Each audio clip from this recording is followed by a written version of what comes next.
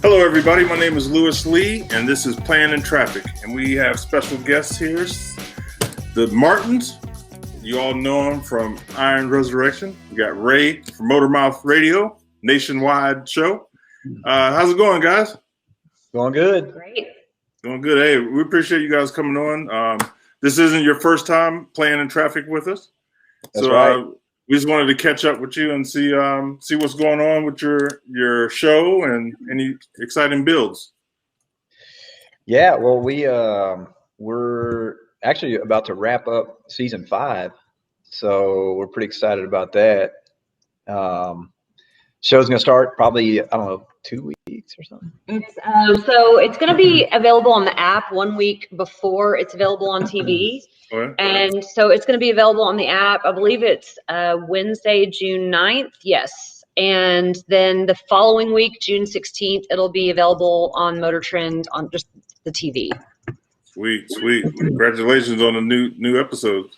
Thanks. Thank you. So 5 years, man, time is flying. You're not kidding. Seems like 5 months, really. Really? Right. Now, have they been keeping you busy? Like how many episodes is this season? We did 10 hours for season 5. Yeah, so we got 10 episodes, and yeah, man, we're almost done. We got a few more weeks of shooting, and then man, we can take a breather. We've been filming for about a year. Yeah. We're tired. Yeah. It's a long process, and it's grueling, but it's been a great opportunity for us. So we're excited to be done for a while. Yeah. Now, what's your, well, you can't really tell us what you built, huh? Oh yeah. What was your favorite build of the season? Oh man. I should probably say it's the last one, because then we don't have to build for a while. But you're kissing it and everything, huh? Yeah. I think we've got something for everyone this season. I mean, we always get told that we don't do any Fords. Yeah, everybody's like, "Oh, we don't do any more Fords." And we build what the customers bring us. Yeah, we're waiting for people to step up with stuff. So we got some Fords in there this season, so we're happy about that, man. And we also finished a few projects. So we finished the 67 Chevelle that we started last year. And then we finished the 36 Hudson that you saw kind of some pieces being made last season. So there's a couple to get finished too. Yeah, that's a question that everybody like myself asks, is how do you get the cars that you actually build? Are they commissioned by you, or do people come and petition you? Or they drop out of the sky, you see them in the parking lot, all the above, really. Yeah. Well, no, I mean, okay. mainly we do a couple of our own cars in there, but mainly they're customer cars. So, we go through the whole deal of, making sure the customer's cool with the car being on TV and having to deal with all that stuff. But they're mainly, customer projects. There's a process that we go through, though. He's oversimplifying. I mean, we basically, thank you to the TV show. I mean, we really wanted to do the TV show for its marketing that we could never afford on our own. And so that was the whole goal with it. And it's really worked. And we get emails, phone calls, people walking in. And so the way that we go through it is basically Joe will sit and talk with the customers. And there's some things that we have to make sure that they are comfortable with. Number one, being on TV. Number two, because it's a TV show, we throw a lot of our resources at those builds. So may have like 5 guys at a time working on the car. So those hours can add up. So you're going to spend the money that you would normally spend over a 2 or 3 year period in probably a 1.5 year period. So you have to make sure the customers are comfortable with that.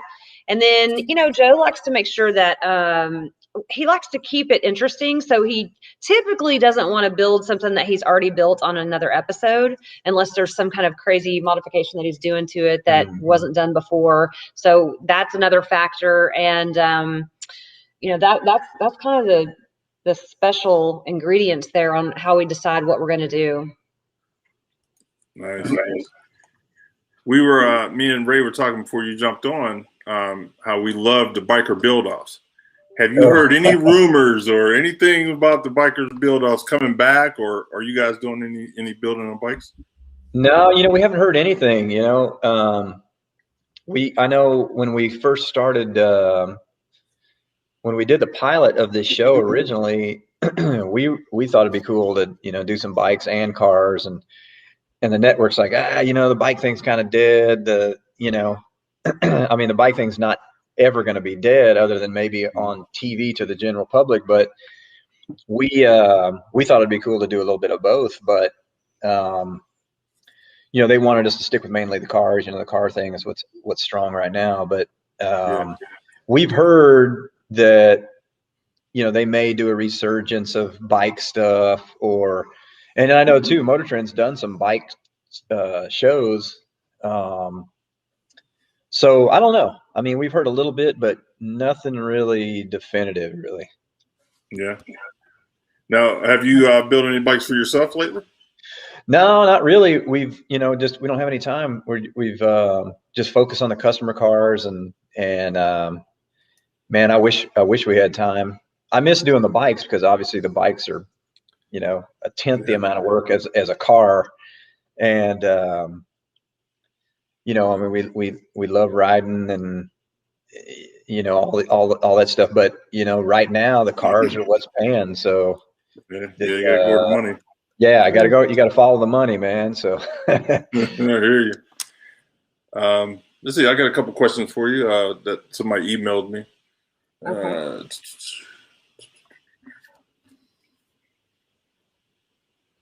Okay, I had a question. What was your favorite car growing up? Joe, and then Amanda.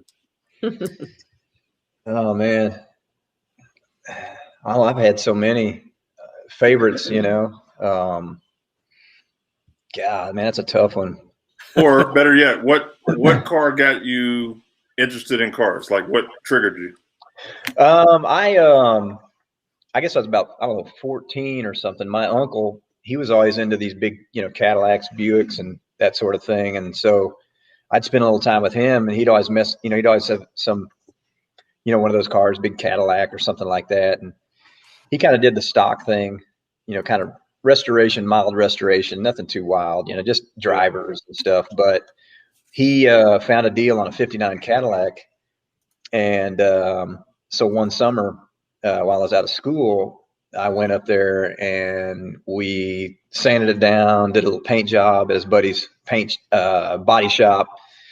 And we made some, had some old carpet we cut up and made our own interior and all this kind of stuff. And so that was kind of cool. I really got, bitten by the bug with, I love the big Cadillacs and Impalas and all that stuff. But at the same time too, I like the race, the race car stuff and the Camaros and the Trans Ams and the muscle car stuff. Mm-hmm. But really that 59 Cadillac was probably the thing that kind of, gave me the shot in the arm, as far as, wanting to tinker around and customize stuff. I tell you, those 40s and 50s were the classy with the lines and the fins, and I mean, that's when they were really making cars. Yeah. Oh man, I'm telling you, and it's an era that it's my favorite era. The late 50s into the mid 60s were probably my favorite era. And the designers of the time, and just the emphasis they took on the lines of the cars. And it still fascinates me today when I see these old cars and you look at the details of, how the fenders roll into the bumpers and just so many ornamental little details of those cars back then. And I mean, that was the norm back then. So I think people kind of overlooked it. They didn't realize how good they had it.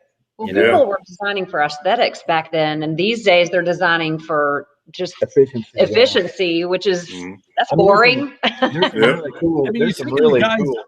Yeah, you think of the people like Estes and DeLorean and even Lowy back in the day, who was doing everything from industrial, trains and refrigerators, and he was doing Studebakers. Yeah, exactly. I mean, these guys were real visionaries, and they really designed that car. It was an art aesthetic. And, that's exactly it, and that's that's what. I mean, it's always going to be, I don't care what age you are, you can't deny loving that style of car. And you know, the newer generation of people, you know, they're obviously digging the newer stuff, but man, you just, you know, the old cars, man, I don't care what age you are, they always turn your head, and they, you know, Like now they take these things, jelly beans. Yeah, exactly. Jelly bean, and they kind of say, "Let's make a car out of that." Yeah, and you melt, can't tell melt them what down and make a car. Yeah. I know it's hard to think, like, you know, you think, well, what, you know, in 30 years, what car from this era is going to be, you know, sought after? And I mean, it's hard to imagine, what's going to be really the 69 Camaro or the 59 Cadillac. right. It's just hard to, But there's going to be one, yeah, you know? yeah. Yeah, we were talking about that, I think, last week on the show, that, you know, you don't know what car is going to be hot No. in 30 years. Well, No. the other underlying topic is, how will cars be restored? Will they be able to be restored to the way they were? Because of, you know, my point is the electronics. You know, unless someone's going to be remanufacturing modules, computers, and connectors, I mean, those things are failing now. You know, service perspective. So what's going to happen in 20 or 30 years? I know it's going to be really interesting. You know, I think what's going to start happening is you're going to see people taking these old cars and doing the electric conversions to them. Yeah.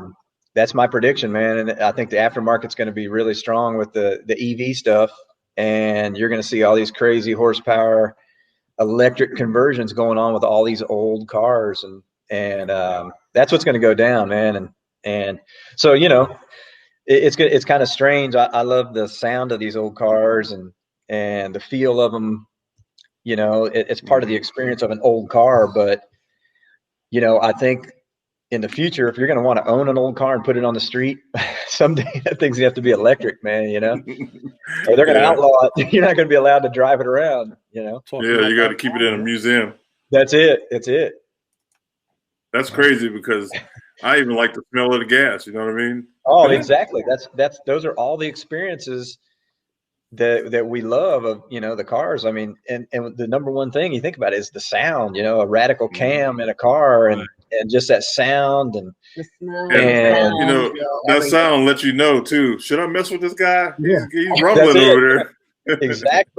Exactly. I mean, they'll type in the soundtrack. There'll be an audio track. Yeah, they're already doing that. Yeah, and it's I don't know, man. It's going to take me a while to get on board with that, but that's what's going to go down. Right. Yeah, we got to flow with it, like you said, chase the money, right? That's it. Right. That's it. Yep. Hey, Joe, I had a question come down the wire on this end. A fellow was asking if there's any changes in the cast and crew for this season, or is everybody the same? No, we've got some new guys. Man, we've got Tommy and Chad, and Tommy's a new painter. And Tommy's a killer painter from Houston, and I've been trying to get him to come work with us for a while. And finally, you know, he's like, man, I want to get out of Houston, and I dig your area. And finally, man, he bought a house, and the guy's killer, man. He's like a Tasmanian devil in the paint booth, man. And we got Chad. You guys will see Chad on there, and Chad. He came from the Roadster shop, and he ran basically the fab department of the Roadster shop for, I don't know, 15, 18 years or something. Mm-hmm. And he wanted to just, move to Texas, you know, warmer climate. And so we're fortunate to get him. And I mean, that guy's just a fabricating wizard, you know, and everything, wiring. And, you know, dealing with the Roadster shop, he's dealt with, you know, top tier cars and customers, you know, his whole career. So he's a great fit. Yeah, he's fantastic, man. And God, who else? Ken was season 4. Ken was there last year, and that might be. Yeah, probably 2 or 3 new faces, I guess. Yeah, you know, people always say, man, you know, who's on the cast? And it's like, well, man, you know, a lot of people. I think we have this like shop of imaginary people across the street working, and no. It's a real functioning shop that just happens to have, you know, a bunch of cameras in our face, you know, and so, you know, just like any business, people come and go for whatever reasons, and we're always trying to, you know, you're always trying to find better people to work with, and And now Justin was there last year too. So all the seasons are running together. so yeah, you guys will see some new guys and but you know, now we just feel like our crew's really getting dialed in and everybody's kind of flowing and man, it's just a great atmosphere, you know, no attitudes and everybody jives and it's been great. That's great. Yeah. I've been talking to Shag and he's always busy to come on my show. I tell him, hey, really, let me know when you can come on. I got to do my garage floor. Yeah. And there's all, you know what I mean? He's spending all that big money, so he can't come on the show. Yeah. Shag's too busy, man. Yeah. So holler at him when you see him. Tell him to get hooked up. We'll get on him, man. Yeah. All right, what we're gonna do is we got some people in the chat room. We're gonna bring them in, and you might know some of them, so we'll get them in, and they can shoot some questions at you. All Wait right. a minute, Amanda, you didn't tell us what your car was. You gotta tell us what. You know, I wasn't really a car person like Joe growing up. I mean, I always liked trucks, of course. I was gonna say that. I was gonna say trucks because I see a lot of them on your pages. Yeah, well, I mean, it's my papa always had trucks we would go riding around in, and my dad always had trucks. And so, I mean, trucks are great. I always wanted the Carmagia, since I was probably 14, I wanted one of those. And everybody used to always say, well, I hope you know a good mechanic because those things aren't, always real reliable, just Volkswagens in general. And then, well, I hope you have a second car because, there may be days where that car won't make it into work. And I'm like, at the time I wasn't with Joe and, I had no one in my life like that. So I was always scared of it.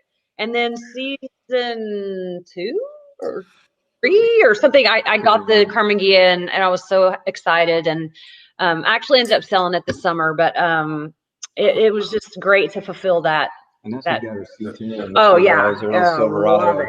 Love it. Yeah, that's her new love. Papa Squirrel in the chat room. His wife Debbie has Carmagia. Oh, cool. They're That's big. Cool. Yeah, they're big Volkswagen people. Sorry, we love the Volkswagens, man. Yeah. Hi. What's happening? What's up, y'all? How y'all doing? What's going on? You know this Joker? I was supposed to come out and see you. I was going to hang out with Shag. I guess it was in July. You guys were in Colorado. Colorado. Was it? I'm trying to think. We went to. It was last summer. Last summer, yes. Probably Montana. Oh yeah. Good. That's what it was. I'm sorry. It was Montana. Shag. He said that because I was shooting an episode of Monster Garage out there in what's it called Dripping Springs. Dripping Springs. That's where we're sitting right now. Yeah. See, I was gonna come hang out with you guys. I talked to Shag. That'd be cool. He was telling me he's riding all over and everything like that. We're supposed to get together for barbecue, but like Lewis says, he was all busy. Yeah, man. He counting money, man. He's in the back room counting money. Yeah, I guess so, man. All those bikes that he got. But I'm coming out. Man, we'll take you to get some barbecue, man. Yeah. I went to the one place over there. Oh my God, I forget the name of it. There's so many places. Yeah, there's so many places. I had shrimp and grits. I never had that before. Shrimp and grits. That could be several places. Yeah. They give you in Austin. Yeah. Golly, I don't. Literally, there's just so many places. I could probably list 50 places, and it may not even be the one. I tell you right now. They put some type of cream sauce with the shrimp and the grits. Yum. What? I never had that. I'm gonna have to check it out. Oh my God! And I'm a country boy. I know about grits, but never have I had it like that, man. That was dinner. Well, that's one thing that Austin does not have a shortage of is restaurants and good ones. Yeah, they mix it up, man. They do. They mix it up. Yeah. I even went to Whataburger. Oh man, yeah, you gotta go to Whataburger, man. Major food groups. That's like gourmet food to us, man. Oh my God! They had a you know, California people Yeah. California people, they say, hey, man, you got to go to In-N-Out Burger, man. Well, Whataburger's our In-N-Out Burger for Texas. You know what I mean? We don't have anything. We don't have anything like that. Well, hold on. No. What's that burger place that we have here? Smash White. Burger. You guys got that? Oh, yeah. Okay. Yeah. We got We got Burger King. Burger King, yeah. We got that too, man. I think everybody's got Burger King, man. Burger King, yeah. Home of the Whopper. That's right. That's right. But So I listen, had hit up Texas Culver's. is beautiful. I love Texas. Texas is beautiful. It is, man. We especially Central Texas. You know, it's kind of got some hills. You know, it's got some nice lakes. Mhm. Good places to ride. You know, and the car culture's strong here, man. Oh, it really is. It's People beautiful. love their cars, man, and we dig it. No. Yeah. Yeah. Me and Terry are trying to get some sponsors so we can go on the road and hit all our friends across the country. Oh, that'd be Right. awesome. Yeah. That's So awesome. if we can get down your way, we sure will stop. Yeah, stop it Yeah, off. absolutely. Yeah. Yeah, 100%. Absolutely. That'd be cool. Yeah. Jesse Jones in the house.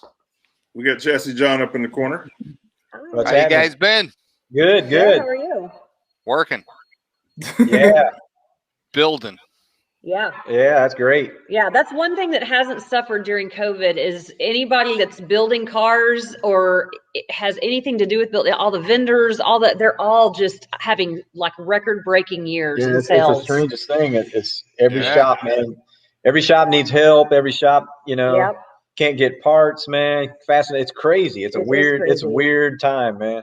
Parts No. has been a pain in the neck, and Yeah. customer service has been a pain in the neck. Exactly. Yeah. Exactly. Have you guys had to call Holley in the last year? Well, yeah. If you want to, you got to sit on the phone for about an hour, man. You know, but Yeah. we got a I guy. found a secret to that. Oh, really? There's- Yeah. There's an older gentleman who comes on at night. Oh, man. Oh. I'd call at like 8. This is the second of 3 cars that I'm doing, and I'm working in my garage. I had some issues with a Holley EFI system, and I wound up getting this older gentleman, and he says, best thing you could do, call me directly at like 8 o'clock at night. Oh, man. Got the hookup. He Yeah. stayed on the phone with me and literally set up the 7-inch digital dash and Oh, man. modified the EFI, the whole deal. He was on the phone with me live for an hour and a half. You know, that's a guy who loves his job. Yeah. Yeah. That's a That was thing. Johnny's. good.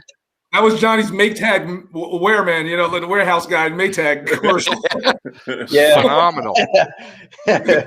So what do you guys think about SEMA this year? I think it's going to be off the hook because people are being Oh, man, built it's up. I think so. Yeah, it's going to be crazy because there's, obviously the cars didn't make it last year. Those cars are going to be there, man.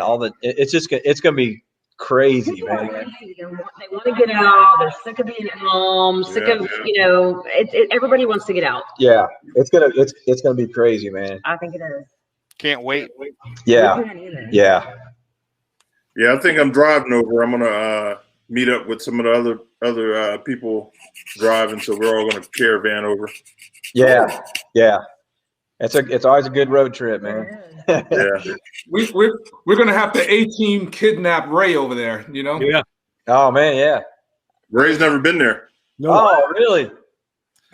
That's You don't know correct. what you're missing. You gotta go. Man. And he's talking. Look, he teaches at the community college, right? We're telling him call off sick, man. Just call off sick and we'll go. There you go, man. Forward to my nearly closing in on retirement. Oh man, we'll bring some comfortable shoes, man. Yeah. Oh yes, do some Heelys. You know, Yeah, Right?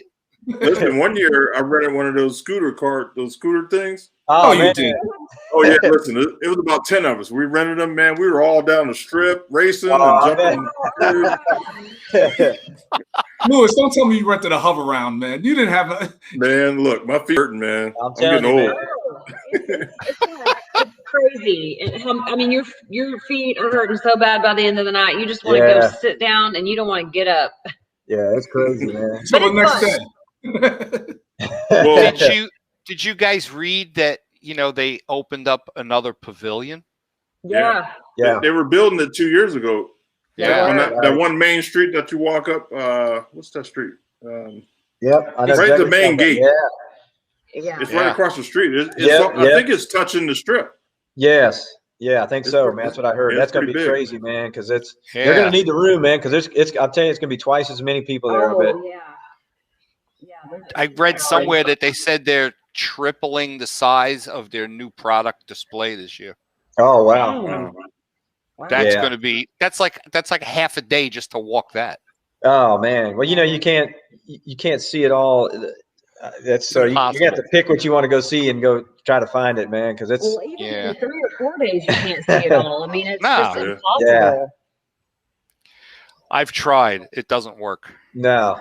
Listen, one year for my magazine, I brought a young guy out. He was my camera guy.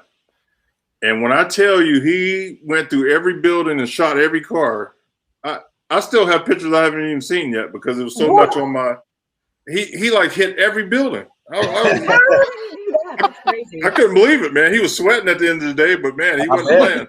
I mean, you have to be like strategic if you want to do something like that.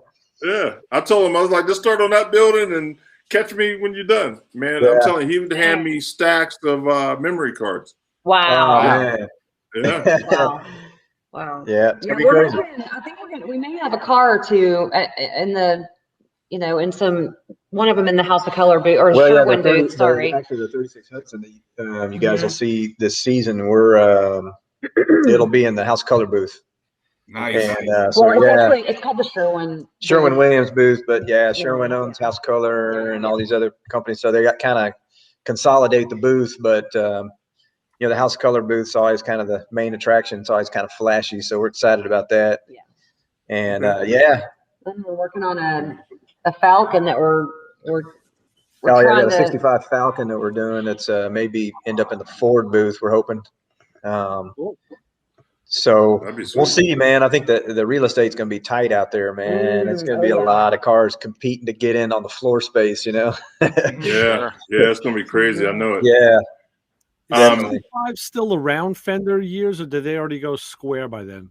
On the which cars now? You talking on the Falcon? The Falcon. The Falcon, the 65, is pretty square. It's pretty boxy. It's like the first generation Nova, and they kind of had that indented body line down the center of it. And but they're, to me, it looks like they're trying to compete with the Nova, so they kind of had the same, same kind of styling, Yeah. But it was, the years before on the Falcon, they were kind of rounded up a little bit, and then then they started looking like they're trying to compete with the Nova. To me, Oh man, there it is, man. Yep. That's it. Yeah.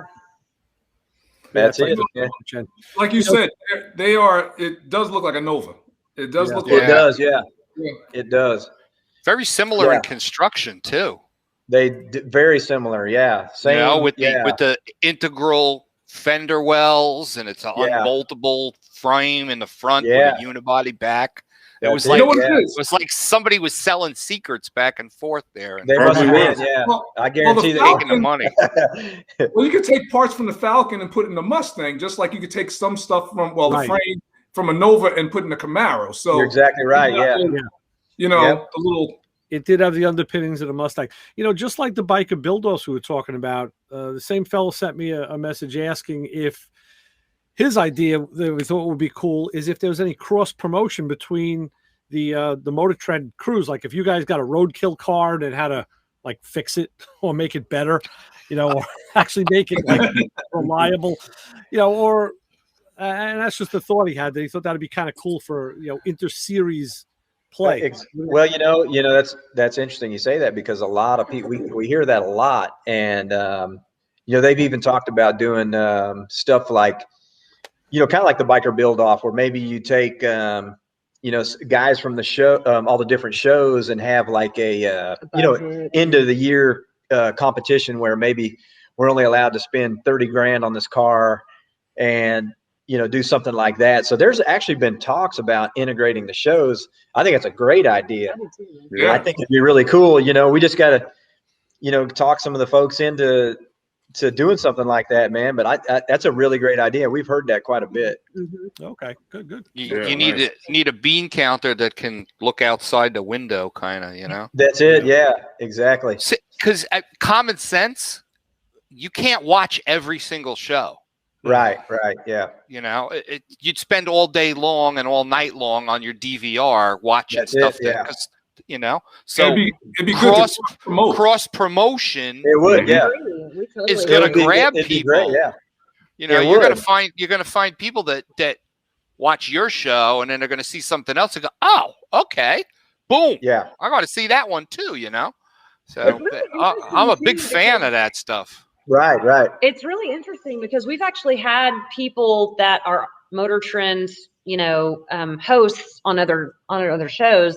And they, you know, they're in town, they stop by and we may be filming and we will film with them, but that footage never makes it in our show for some reason. It's really weird. Like we welcome it. We're just like, yeah, we got so-and-so or so-and-so and, you know, they're on the Motor Trend channel already. Why not give the audience, you know? Yeah. Well, it's funny too, because we get, you know, a lot of people, I mean, probably 1 out of every 3 people say, oh man, you know, I got turned on to you guys because I used to love the biker build-off. And so it's crazy. I mean, the biker build-off, you know, if I wasn't on that show, we definitely wouldn't have this show going because obviously we made connections there with the producers and stuff. So sorry, dog. We got our dog.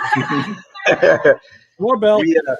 So yeah, the biker build off is the reason we're here, you know. Yeah. And just because, you know, we met some good folks in the industry and production companies and that sort of thing, and that's what kind of gave us this shot with this show. And so, you know, the car people are bike people are car people. You know, it's all everybody's a gearhead, and to me, when you mix that stuff up, man, it just makes sense. And I really don't know why they don't do any more of that. Yeah. Well, you know, I love the biker build-offs, and I loved you on the biker build-offs. And when I met you guys at Elvis's, the party at Elvis's, Yeah.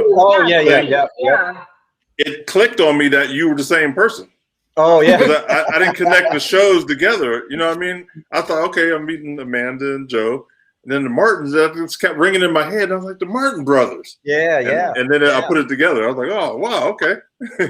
Well, you know, that's crazy because, you know, that show was so popular. And obviously that show kind of, you know, piggybacked off of it was the same production company, all Jesse's shows, you know, Motorcycle Mania and then Monster Garage. It was the same production company. And, you know, Hugh King, Tom Beers, those guys that kind of, you know, put that show together. That's what spawned all this crazy stuff. And so it's kind of weird when you look back how all that came together. And then the biker build off for us was huge. I mean, we were nobodies, and then, you know, they put you on this pedestal, and it's a strange thing, but I mean, we were very fortunate to get the gig, you know, and you know, it obviously led to this show, and man, I think, you know, they mix that stuff up some more, man. I think all it's going to do is just get more viewership, you know?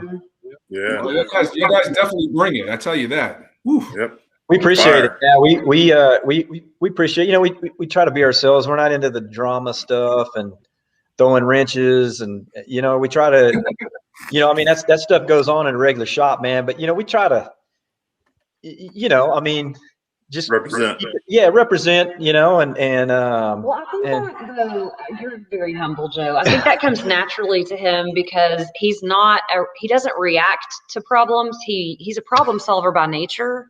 And so if you're a problem solver, then you don't really, it's not a big deal if something pops up that you're challenged with. You just figure out, oh, okay, we have this, now let's figure out how to get there, you know? And so that's his approach. And it just, you know, I think that it's refreshing to be on a show, you know, to not. You know, that shows too. That shows your demeanor.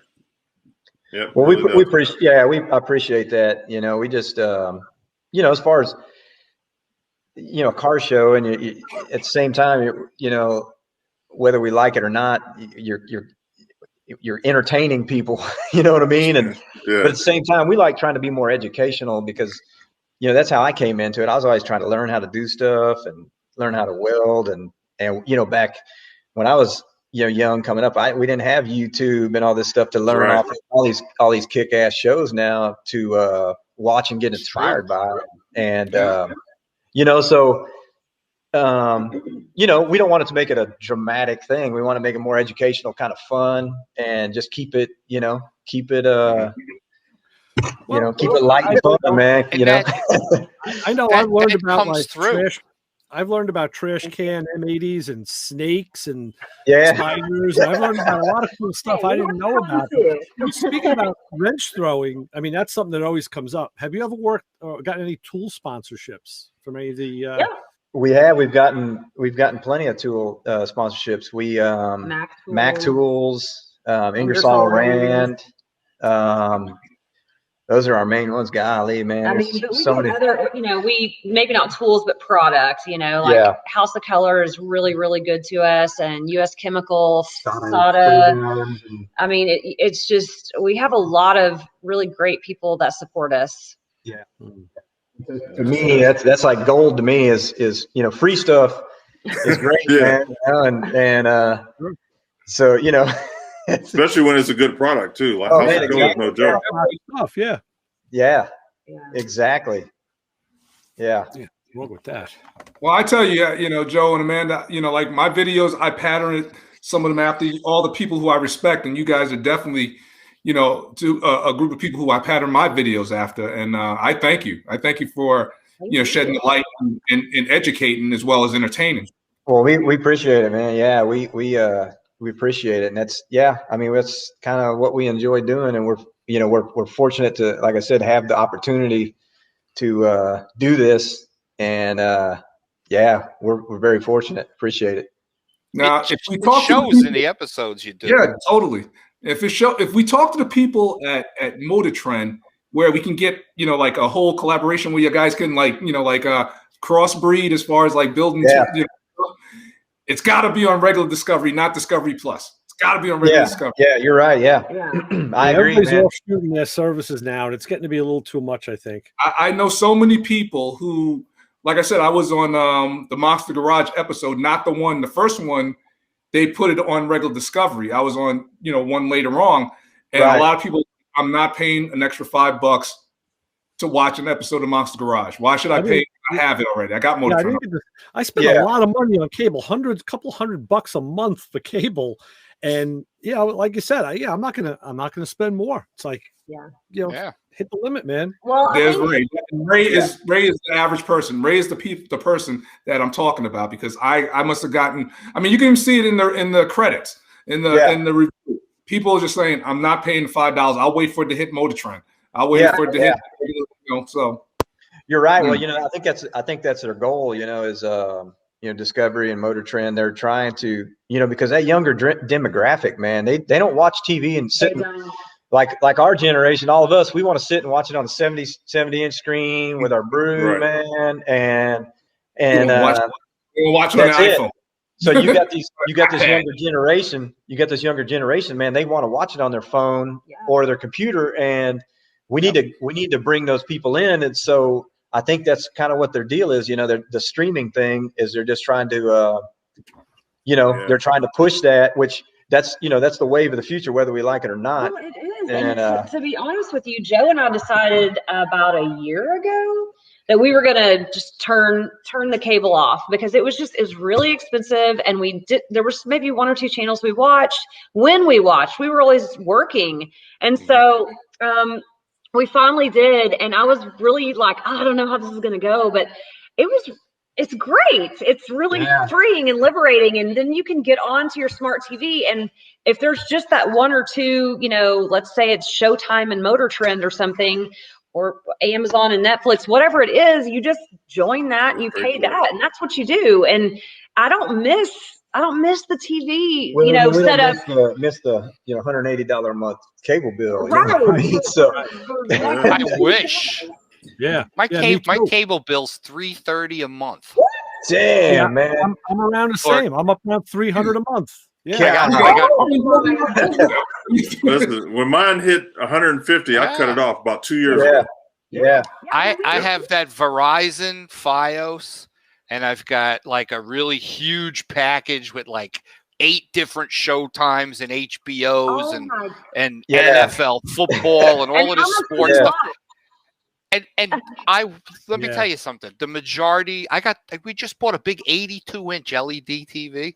The majority of the stuff I watch is on a 36-inch. I have my computer is a TV also, so and everything's on DVR. Yeah. So I'm in the office watching on my computer screen what I've DVR'd. Right. Yeah. And my wife's watching all the stuff on the big one, but my daughter, all she has is internet access. Yeah. She's got real fast internet access, and they stream. Yeah. And that's it.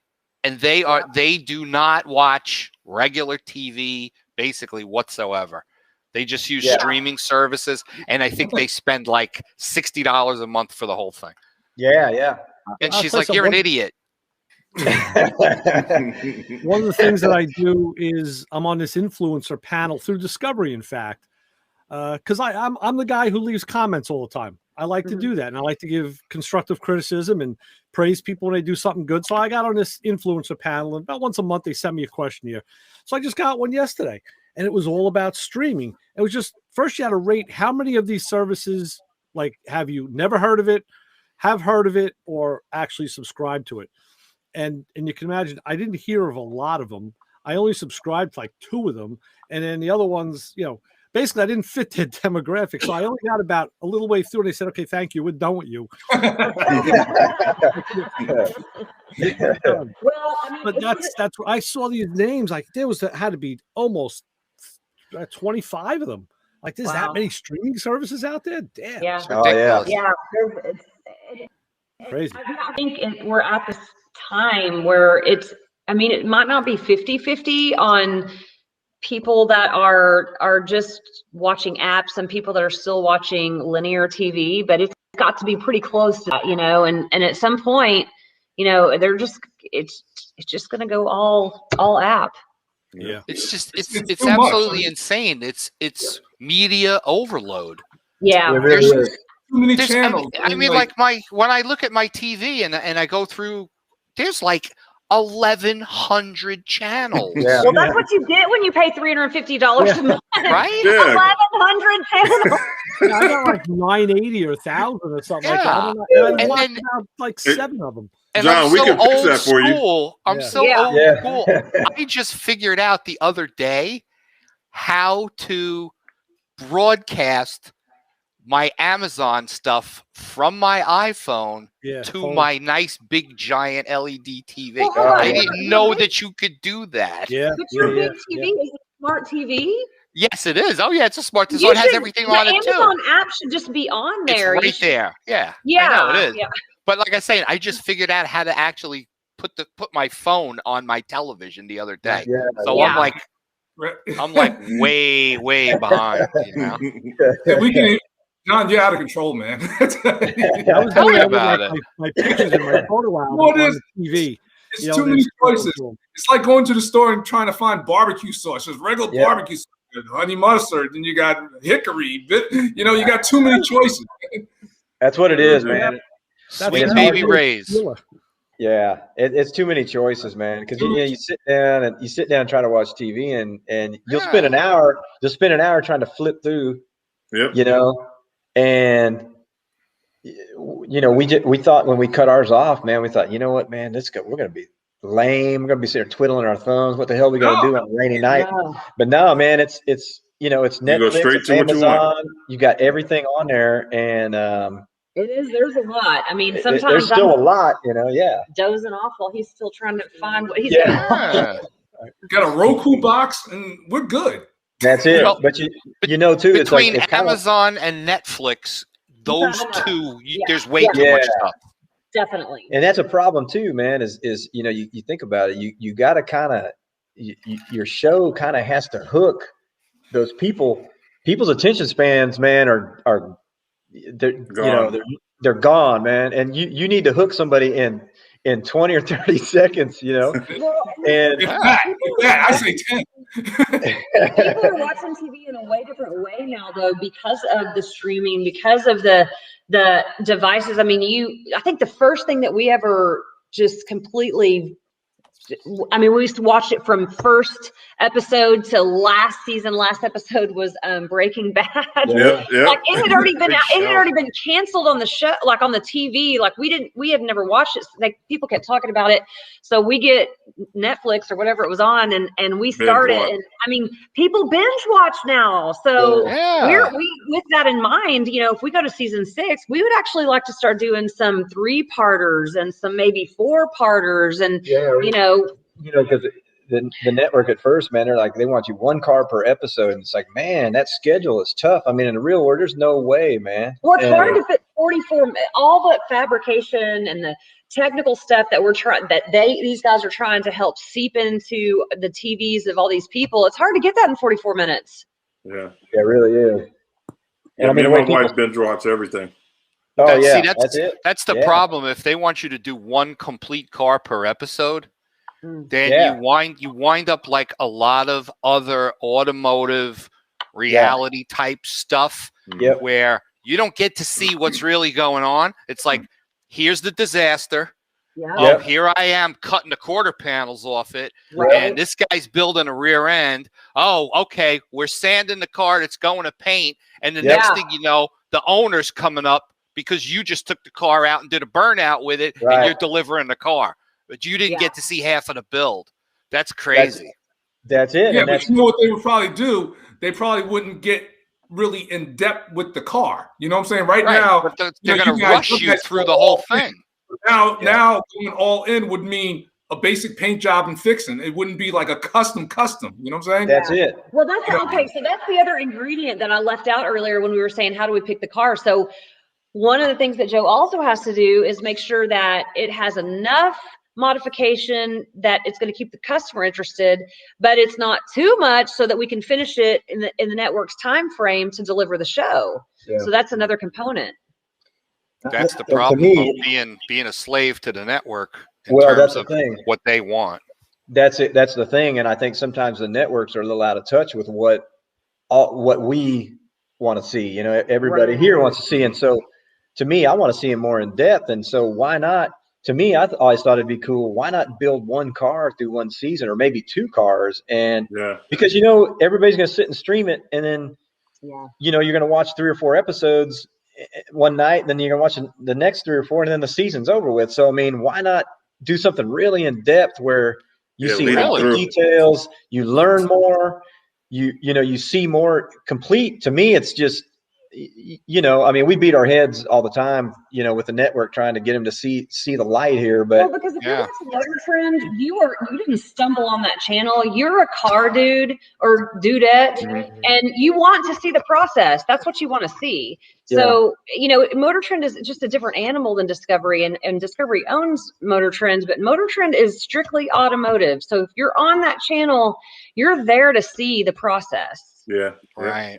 And the good thing is, if you were able to spread out 1 project for a whole season, wouldn't that be cool? 8, 10 episodes, whatever it was. Think of all of the other places you can jump off. You guys use somebody to do your chrome plating, anodizing. Oh, well, now the camera's going there. Well, here's the process. We strip it, we polish it, we dip it, boom. Okay. So there's a lot of branches on that tree, but it's try to get the bean counters to understand how much that means to the viewer. You're exactly right. That's been our battle ever since, man. And it's a tough deal. But, you know, I got to say, you know, Motor Trend, they're kind of slowly seeing the light because, you know, we're starting to do these split episodes just because we couldn't keep up with the workload. Couldn't keep up with the schedule, you know, and the cars are, you know, we're not finishing the cars on time, and it goes way over budget for the network. Then it's like, why don't we cut our workload in half, man? Why don't you let us do two, you know, split 1 car over 2 episodes, literally going from 10 cars a season to 5. And it just makes sense. And so it's been working. Fortunately, you know, the show just keeps, I think season 4 last season was one of our highest rated. And so hopefully and we did that. We did a lot of split episodes, and it relieved our schedule, man. And it's just so so much less stress. And but at the same time, man, the show was a little better. So it's a win-win for everybody. Right. I mean, I think people would even like to see like some, easy stuff like, hey, we're gonna convert this car to electric windows or rack and pinion or something like that. People would like to see that. I mean, other than coming back and it's all done and the windows are going up, and I think people would really dig. You're absolutely right. And if you go on YouTube and see some dude, hey, I'm going to show you how to install a power rack in this car or something, and man, it'll have like 1.5 million hits, and it's like, what's wrong? Why don't these people, why don't you see what's going on here? And the most simple modification, most people that aren't into cars, that may just tinker on the weekend, they would love that kind of information. They would. I mean, there's so many people that we talk to that come visit us at the shop or whatever, and well, I've been building this car for 20 years, and I think part of it is life happens, but part of it is they get to a certain point where it goes a little bit above their skill set, and if they could watch show, I mean, it's like people that have learned the hard way, giving them shortcuts on how to do stuff and where to go and who to call and where to order the parts. And, it's like Joe said earlier, I mean, you guys didn't have that back when you were learning. It was basically, you just learned trial and error. Yeah. Oh yeah. That's where I come in. That's me. That's it. That's how I learn, and that's it, man. Started messing around in the 70s. There was nothing. Oh yeah. Right. That's it, man. And the problem is, at the end of the day, even with the instruction and the parts, you still have to have the mechanical aptitude. And that's it. Yeah. Yes.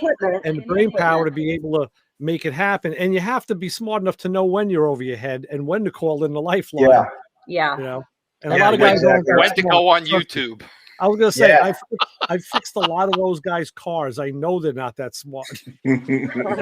Yeah. Well, I mean, even somebody like Joe, I mean, who's had years of experience. I mean, he's constantly YouTube watching Lazzy, Metal Shape, or just always trying to learn something. Yeah. I mean, if you're not, you're always trying to pick up a tip, or how's this guy doing this easier, or what they do here, and I mean, you're just constantly learning. There's different levels of where someone is in their expertise of the car. Yeah, absolutely.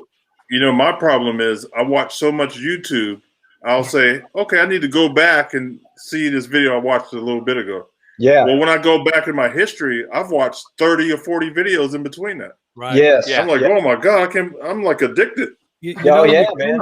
You can delete those ones that are in the history so that it kind of keeps them, the good ones, closer together. But I made folders. Right. I made folders on YouTube so I could just save videos into folders, just like on my computer. There you go. Yeah. But you think of how much content's on there, and people still starving for it. So I mean, there's so much people out there loving that content and learning that stuff that, I mean, it's infinite, and man, I think I think with this streaming stuff, to me, the shows can be way easier to put together, way more entertaining, way more educational, and easier on people like us trying to put these things together, and so, man, I got it opens up an avenue for sponsors. You're exactly right. That's something that the bean counters may not be realizing, like Terry was saying, we're going to convert this car from manual windows to power windows. Yeah. So you bring in a company that does that, and they've got a representative at your shop on camera. Boom. They're giving you all of this stuff, all of the material to do that job, which is something that either the owner is not paying for or production's not paying for. Yes. So now all of a sudden their money's getting less and less that they're spending. They just need to figure that out. But I don't know. No. I guess and that's what I'm saying. Some of these people you can't talk to. Today we got New Relic. They make electric windows for just about any muscle car in. And the thing is, what people don't understand is YouTube. Okay, YouTube is forever. YouTube is forever. So 5 years from now, someone's going to look up, New Relic and a Chevelle So then they're gonna come through and they're gonna see Coverman 66 installing an electric window, and that's more biz for New Relic. Yeah, You know? yeah, Right. I know it, man. That's it. You're exactly right. I mean, that's where it's going, man. And I mean, you could monetize that, you know. I mean, there's just so many. Yes. It's infinite, Well, man. It's infinite, you know. I don't know if you guys know that this is a celebrity. The Coverman 66. He's the YouTube celeb. He's like the world famous. I don't know if you guys knew that. Put that beard down. Coverman 66. There's, He's way ahead there's, of the game, man. Yeah. there's a lot of people making a lot of money off of YouTube. Ask Oh, Cletus There McFarland. is.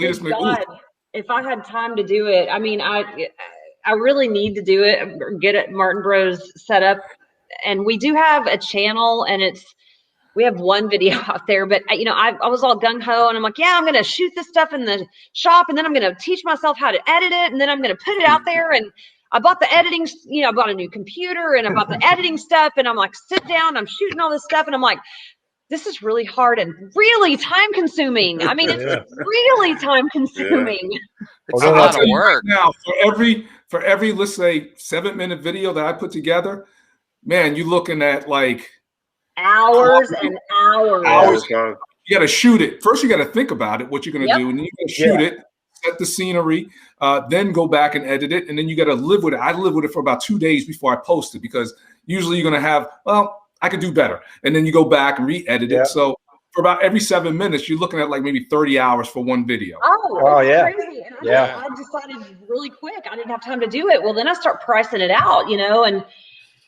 oh my gosh, it's expensive to get people to Yeah. do that for you. So I'm kind of in a pickle right now because I really want us to do something like that. But we are a true mom and pop shop. We don't have, you know, I don't have the budget to pay somebody, you know, thousands of dollars to do a 2-minute clip.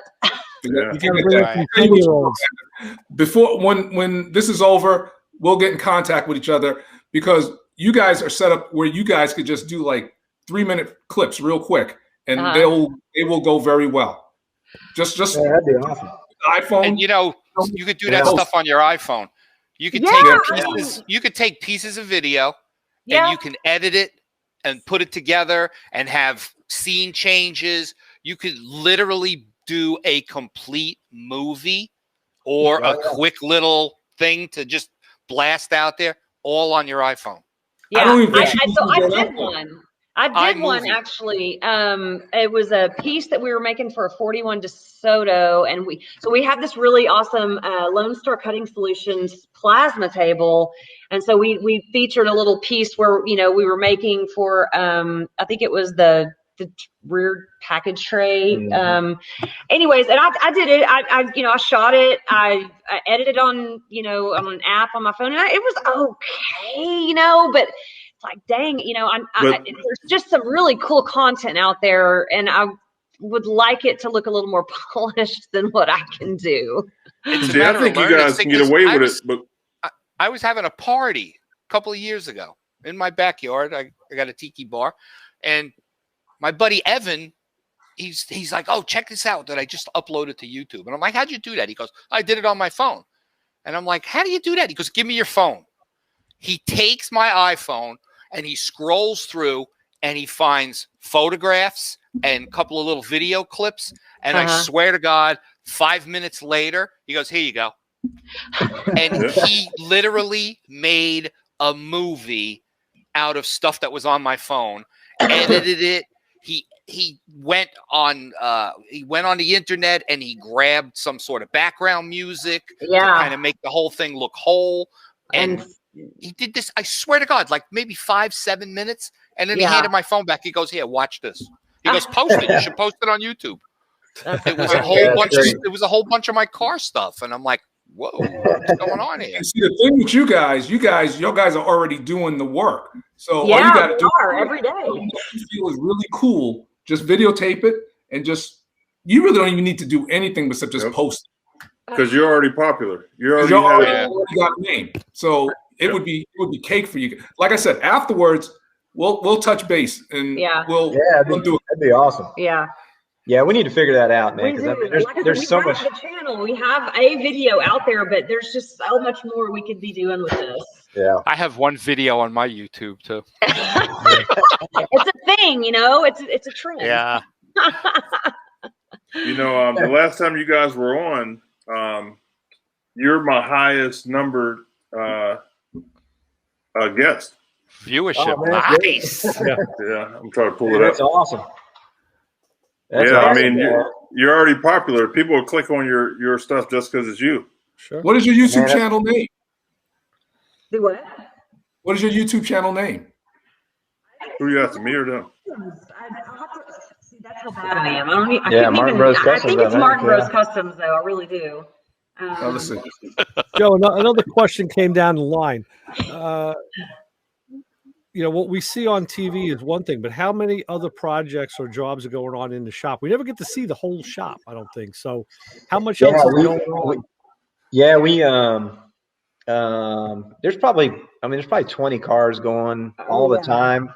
And We're not billing 20 cars a week. I mean, because there's some cars that we get to a point we're waiting on parts, or, you know, one guy in the shop may have, you know, 2 projects he's working on. He bounces in between them depending on, you know, because they may move around a little bit, you know, for somebody else. But yeah, we probably have 20 cars in the shop right now. That also too, you know, a lot of times the coolest stuff is the stuff we can't put on TV because we won't be able to get it done in time, you know. And so some of the cooler stuff we can't shoot it, and because it would never make the schedule, and you know, obviously we're trying to take cars on YouTube.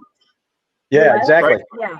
That's exactly it. You know, we definitely need to take advantage of that. But yeah, so yeah, there's quite a bit of stuff going on that never gets seen, and we have 3 other buildings too that you know, we shoot in that main building most of the time, and we've got other buildings, but you know, the ones interior shop and then the body shop, and it's, you know, it's loud and stuff in there, so the cameras don't want to go in there and see all that stuff. But so yeah, there's a, you know, fortunately we got a lot of good stuff going on. It's just we can't cover it all, you know. Well, the shop that you do shoot in is great. It's very well lit. It's, you know, it's set up right. So that's good. Yeah. Well, you know, the crew's good. Our crew's great. The production crew. Yeah, the production crew. They'll light it up if it's, you know, on a dark day or whatever, and they'll light it up good, and you know, they basically make us look good, you know. We have a new building that you'll see this season. We built it in between seasons. When COVID hit, was right. We were supposed to start shooting like, I don't know, like a couple of weeks after that, and so they kept putting it on hold and postponing when we were going to be shooting, because everybody kept thinking it was just going to, you know, be a month or 6 weeks or whatever. And then finally they decided, okay, this isn't going to be a quick thing. So we started shooting, but we threw the building up in between. Okay. Yeah. We all thought it was going to be, you know, 4, 6, 8 weeks and be done. Yeah. No. Yeah, right. Yeah, exactly. Yeah. It's been interesting, but man, I'll tell you what, it's the work is just, you know, like I said, everybody we talk to in the automotive industry, man, they're just slammed with work, man, and it's crazy. And, you know, like, I think all these aftermarket companies are doing good because a lot of people were home tinkering with their projects, you know, and spending money, man. And fortunately, people are home watching TV, and man, we've you know, we've done some really good numbers on the ratings just with reruns, man. And it's crazy. But it just goes to show everybody's sitting around and, you know, getting stir crazy, man. And you know, gearhead people are going to go work on their cars. They're going to watch car shows or whatever. And so it's actually been a weird deal for us. It's been actually really good, other than we haven't been able to go to any shows and, you know, do, you know, go to, you know, car, you know, do appearance stuff and that sort of stuff. That's been a bum deal, but man, it's we had no idea it would, you know, work out like this. Yeah, it's true. It's been crazy. Yeah, so we're going to set up, I don't know where yet at SEMA, but we're going to set up an interview booth. So I'd love to have you guys come by. And Absolutely. Count us in, man. Yeah, that'd be great. Yeah, we'll probably meet up at the Motor Trend party, because I sneak in every year.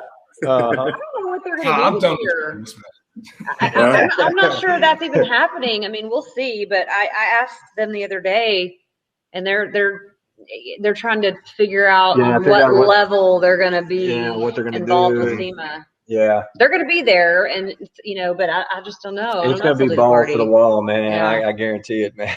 Yeah. It'd be crazy this year. Well, they got good finger foods, man. I got to sneak in and get my finger They do, foods, man. so. They do. Man, They do play. it up, man. Yep. Let's see. We got any questions in the chat room? Arco and Heidi's in here. Okay, we're live on YouTube, Facebook, and Twitch. So if anybody wants to ask a question, I'm trying to find. Is it Jason? No, it's not Jason Martin. Well, yeah, it is. That's his brother. Yeah, my brother. Yeah. Yeah, he has a YouTube channel. Yeah, he does, man. Yeah. Yeah, he does all kinds of stuff. I think I found it. Yeah. So I've noticed Shorty's been posting some new stuff on his channel too. Yeah. He's, I think he's, just like everybody else, trying to, have an outlet for material, and so I think a lot of people, I guess other than us, but is, putting material out there and to be in control of your own content. It really is. Yeah. Mm-hmm. You definitely have all the control. And I think our thing is just we shoot TV all day long, and it's the last thing we want to think about when we come home and put together some YouTube stuff. But it'd be smarter of us to do it, but yeah, I mean, I think, everybody's taking advantage of that stuff, man. And it's really cool. Yeah. So I think it's very extremely well. So like I said, little quick videos. That's all you need. You don't need like 20. Exactly. Videos. Yeah. Little videos. Pop them up there. Instagram videos. There you go. Yeah. Yep. I'm new to that one too. Blame Ray. A lot of people like the videos over still pictures, and so we try to put videos out on our Instagram. It's pretty easy to do. Yeah. Or maybe every once in a while go live. Oh, that'd be nice. That would be real nice. Yep. Yeah. Go live on. We really need to You do. can go live on YouTube. You can go live on Facebook. Yeah. There's the thing. There's a couple of feeds I watch regularly on YouTube, and two of these guys do live feeds. One does it. It was Sunday. Now it's Wednesday and Sunday, and another guy does it sporadically. But the problem is, he's sitting there and he's looking at his computer, trying to look at the comments, and they literally scroll like a ticker tape. And I find it to be so boring and obnoxious. It's like you don't really get to talk about anything because he's trying to interact with the people who are watching him. Yeah, that's a fine line. It's incongruous. You got to have someone reading those questions while you're trying to talk, and you can't answer them all. You just can't. This one guy does. His wife will pick out the good stuff or things that she thinks he wants to answer. And again, it becomes this choppy question and answer thing. It's not really an interplay. So I don't know. That's just me. I'm not a big fan of the live unless it's done a different way, I guess. Yeah. Right. Yeah. I don't know. Well, in their case, they would do it live right there in the shop while they're building something. Right. So, that'd be pretty hot. Yeah. That's like like what Arco does when he does stuff out of his shop and he's doing it as he's live doing it. That's right. Yeah. That's more, I think it's more in tune with the way we like to watch stuff and learn. Yeah. Exactly. Yeah. Exactly. I have people asking me to do that with the car, but I can't. If I'm working, I can't be holding the phone and talking. Exactly. It also has to do with how many people you got, asking questions. I mean, if you got like 20 questions going up at like a second, there's no way you could possibly answer them. And, Right. When you get to that point, you can't answer any questions. You can go back later on. You may want to answer the questions, but I think most people understand. Hey, listen, because they can see the questions going up. Right. Sure. Not only that, John, you're exactly right. Because a couple of years ago, the guy that does our internet stuff and media stuff for us, he was asking me, hey, you're at the shop, you're working on cars, you tell me about the stuff, you post in the pictures, you got to do video. I said, well, how the hell am I going to rip this front end apart and hold a phone and a camera? He goes, well, how about a tripod? I said, how many times a tripod would be on its freaking head? I'd be on my ass to answer the kettle. I said, nothing. I'd be in an emergency room. It's like, no, I've had people tell me, look, you got the camera set up. I'm looking at the back of the Firebird here. Turn it on. And I'm like, I can't because I'm walking back and forth, scratching my butt, picking my nose, whatever. You know what I'm saying? You're working. You're not. I can't entertain you. In other words, you can't be the fly on the wall to watch me doing what I'm doing, going back and forth. Trying to fish mouth the tube to fit on the roll bar. That could be a couple of passes to the notcher, a little hand grinding here and there.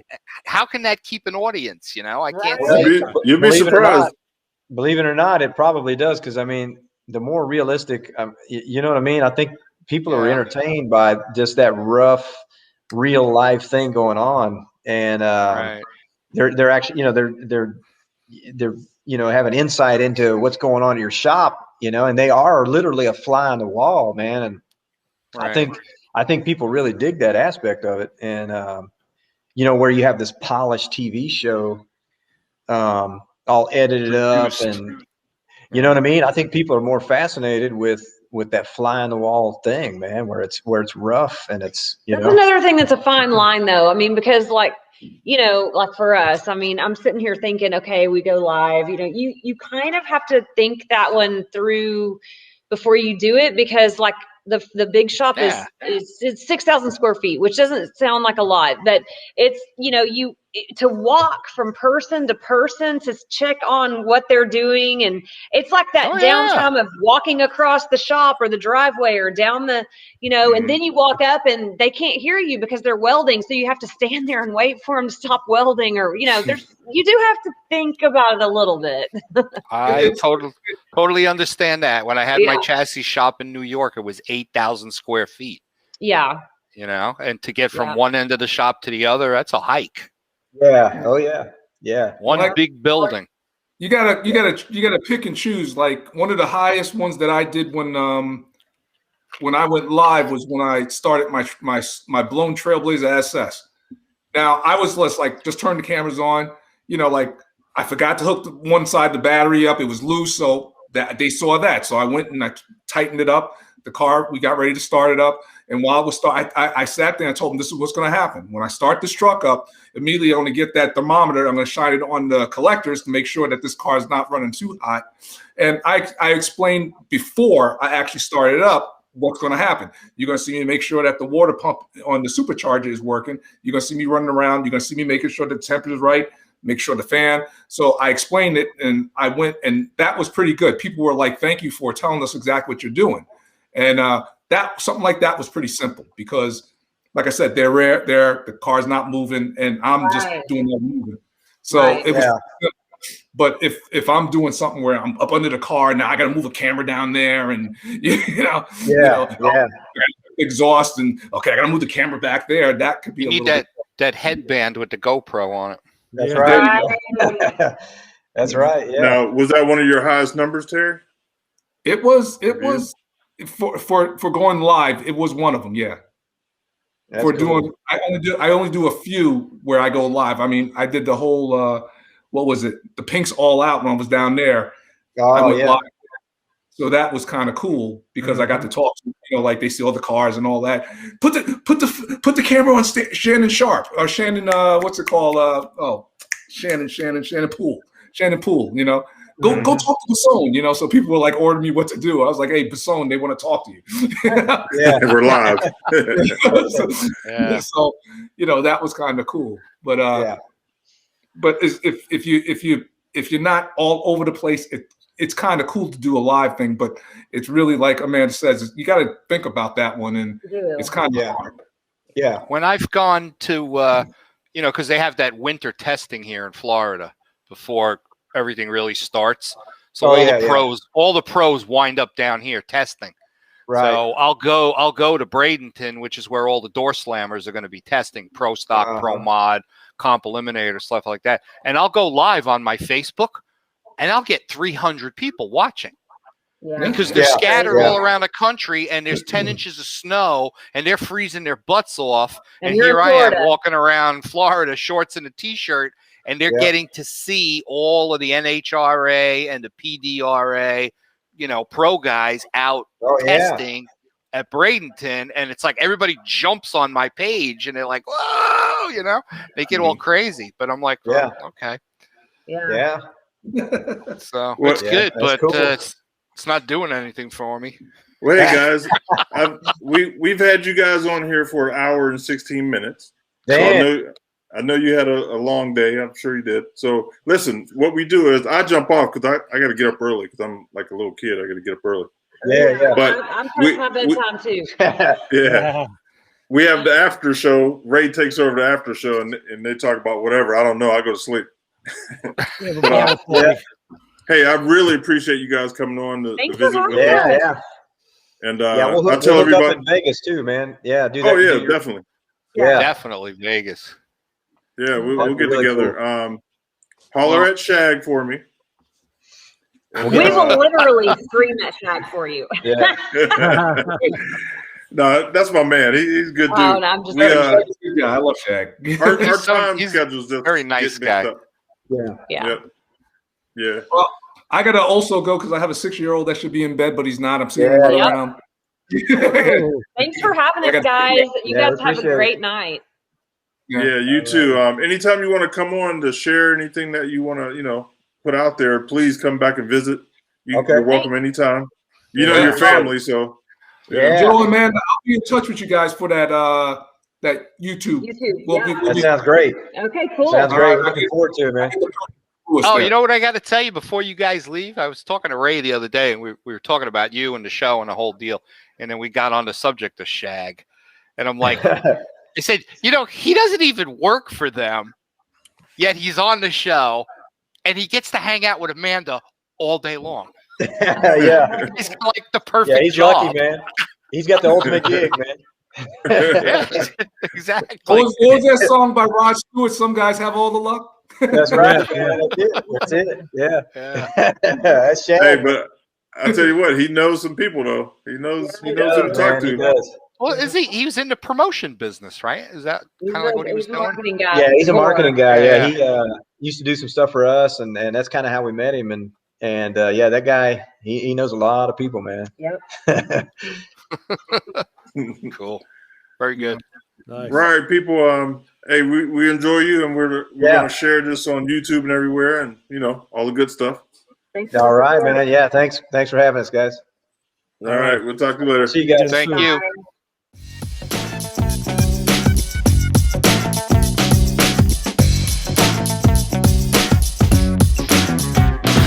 Like this show? Want more? Then head to watchpttv.com, the new 100% free PowerTube TV streaming network. Home of the best classic and new motorsports racing and build shows on the web.